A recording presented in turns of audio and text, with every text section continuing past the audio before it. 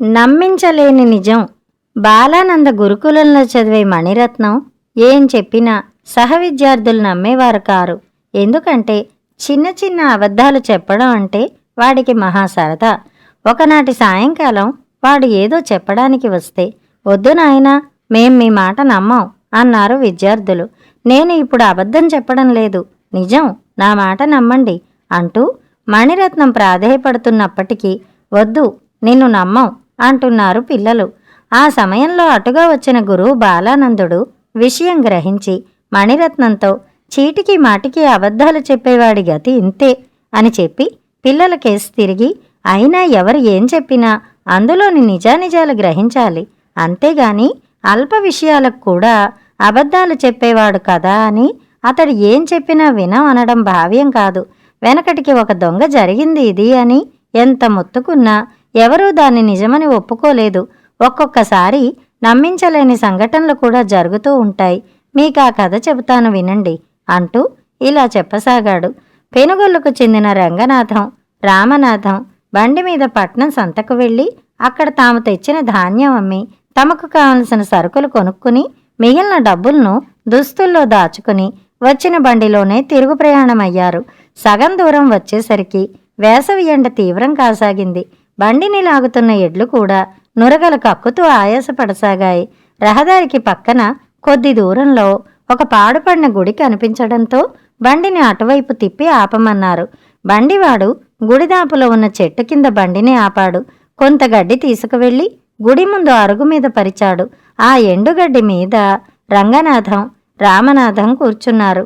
బండివాడు ఎడ్ల ముందు గడ్డి వేసి బండి పక్కనే కూర్చున్నాడు. ఆ సమయంలో అక్కడికి పెద్ద తలపాగా చుట్టుకుని బుర్ర మీసాలతో చేతిలో అద్దాల పెట్టితో ఒక మనిషి వచ్చాడు. తానొక మిఠాయి వ్యాపారినని, సింహాచలం తన పేరని పరిచయం చేసుకుని వాళ్ల పక్కనే కూర్చున్నాడు. రంగనాథం, రామనాథం పెరుగన్నం మూట విప్పి బండివాడికి, మిఠాయి వ్యాపారికి కొంచెం పెట్టి తాము తిని నీళ్లు తాగారు. ఎండ చల్లబడింది. ఇక బయలుదేరదామనుకుంటూ ఉన్నప్పుడు వ్యాపారి, నా మిఠాయిలు తిని చూడండి, చాలా రుచిగా ఉంటాయి అంటూ ముగ్గురికి 3 మిఠాయి ఉండలు ఇచ్చి తాను ఒకటి తిన్నాడు. చాలా రుచిగా ఉన్నాయి అంటూ తిన్న ఆ ముగ్గురు నిమిషాల్లో స్పృహ తప్పి పడిపోయారు. మిఠాయిలు ఇచ్చినవాడు నిజానికి మిఠాయి వ్యాపారి కాదు, ఆ వేషంలో వచ్చిన దొంగ. తాను మంచి మిఠాయి తిని వాళ్ల ముగ్గురికి మత్తుమందు కలిపిన మిఠాయిలు ఇచ్చాడు. వాళ్ల దగ్గరున్న సొమ్మును కాజేద్దామని వాడు అడుగు ముందుకు వేయబోతుండగా దభీమని తల వెనక భాగంలో బలంగా దెబ్బపడింది. గిర్రున కళ్ళు తిరిగి కింద పడ్డ దొంగకు ఎదట పెద్ద కత్తితో దృఢకాయుడైన యువకుడొకడు కనిపించాడు. వాడు దొంగతనానికి వచ్చిన దొంగే. నలుగురు సొమ్మసిల్లి పడి ఉండడం చూసి తన పని సులభం అయిపోయిందన్న ఆనందంతో వాడు పెద్ద అంగవేసి గుడి ముందున్న అరుగు మీదకి ఎక్కబోయాడు. అప్పుడు వాడి చూపులు యథాలాపంగా ఆ గుడి లోపలి విగ్రహం మీద పడడంతో ఉలిక్కి పడ్డాడు. అది తను నిత్యం మొక్కుకునే భైరవీమాత విగ్రహం. ఆ మాత ఎదుట దొంగతనం చేయకూడదని తన తండ్రి చెప్పిన మాట గుర్తురావడంతో వాళ్ల దగ్గరున్న సొమ్ములను ఒక్కడి కూడా ముట్టుకోకుండా వెళ్ళిపోయాడు. కొంతసేపు అయ్యాక ఆ రహదారి గుండా వెళ్ళిపోతున్న సోమనాథం గుడి దగ్గర బండిని చూసి, ఇది మన ముత్యాలు బండిలాగున్నదే అనుకుంటూ కేక వేసి పిలిచాడు. సమాధానం రాకపోయేసరికి దగ్గరికి వెళ్ళి చూశాడు. అక్కడ స్పృహ తప్పిపడి ఉన్న నలుగురిలో ముగ్గురు తమ ఊరివారని తెలియడంతో దారిన వెళ్లే నలుగురికి విషయం చెప్పి వారి సాయంతో ఆ నలుగురిని బండిలోకి ఎక్కించి పెనుగొల్లుకు తీసుకుపోయి వైద్యం చేయించాడు. స్పృహ రాగానే రంగనాథం సోమనాథం చెప్పింది విని, ఈ సింహాచలం దొంగ వెధవ మాకు మత్తుమంది కలిపిన మిఠాయిలు ఇచ్చి మోసం చేశాడు. దేవుడు వీడికి తెలివి తప్పించి తగిన శాస్తి చేశాడు అన్నాడు. అవును, పాపం చేస్తే దేవుడు ఊరుకుంటాడా అన్నాడు రామనాథం. ఈలోగా చాలామంది జనం అక్కడ పోగయ్యారు. ఆఖరిగా కళ్ళు తెరిచి వాళ్లను చూసిన సింహాచలం, అవును, నేను దొంగనే ఒప్పుకుంటున్నాను. అయితే మీరు అనుకుంటున్నట్టు దేవుడు నాకు స్పృహ తప్పించలేదు. నా వెనక వచ్చిన ఒక దొంగ తల వెనక బలంగా కొట్టి స్పృహ కోల్పోయేలా చేశాడు అన్నాడు. ఇంతలో విషయం తెలిసి అక్కడికి వచ్చిన గ్రామ పెద్ద వాడి మాట విని, నిజంగానే దొంగ వచ్చి ఉంటే దొంగతనం చేయకుండా వెళ్ళి ఉండడు కదా, నీ మాటలు ఎవరు నమ్మగలరు, ఇంకా ఎందుకీ అబద్ధాలు అని మందలించి వాణ్ణి భట్లకు అప్పగించాడు. ఇంతవరకు చెప్పిన గురువు బాలానందుడు చూసారా, సింహాచలం నిజం చెప్పినా ఒక్కరూ నమ్మలేదు. ఎందుకంటే వాడు మొదట చేసింది మోసకృత్యం, పైగా వాడొక దొంగ. ఇక మన మణిరత్నం మంచివాడే గాని పని దొంగ.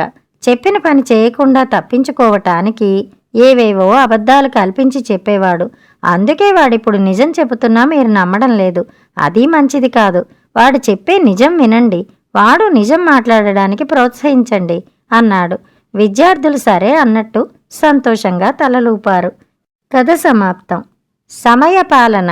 సుప్రసిద్ధ పండితుడు రాధామనోహరుడికి ఆ రోజు సాయంకాలం పారుపల్లి జమీందారు అధ్యక్షతలో సన్మానం. ఆయన సభికులకు సందేశాత్మకమైన కవితను వినిపించాలని తీవ్రంగా ఆలోచించాడు.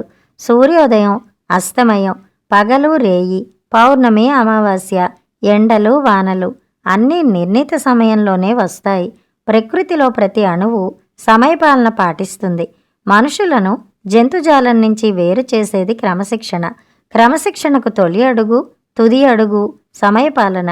ప్రగతిని కోరే ప్రతి మనిషికి సమయపాలన శ్వాస కావాలి అని అర్థం వచ్చేలా ఒక పద్యం రచించి పదే పదే రాగయుక్తంగా మననం చేయసాగాడు.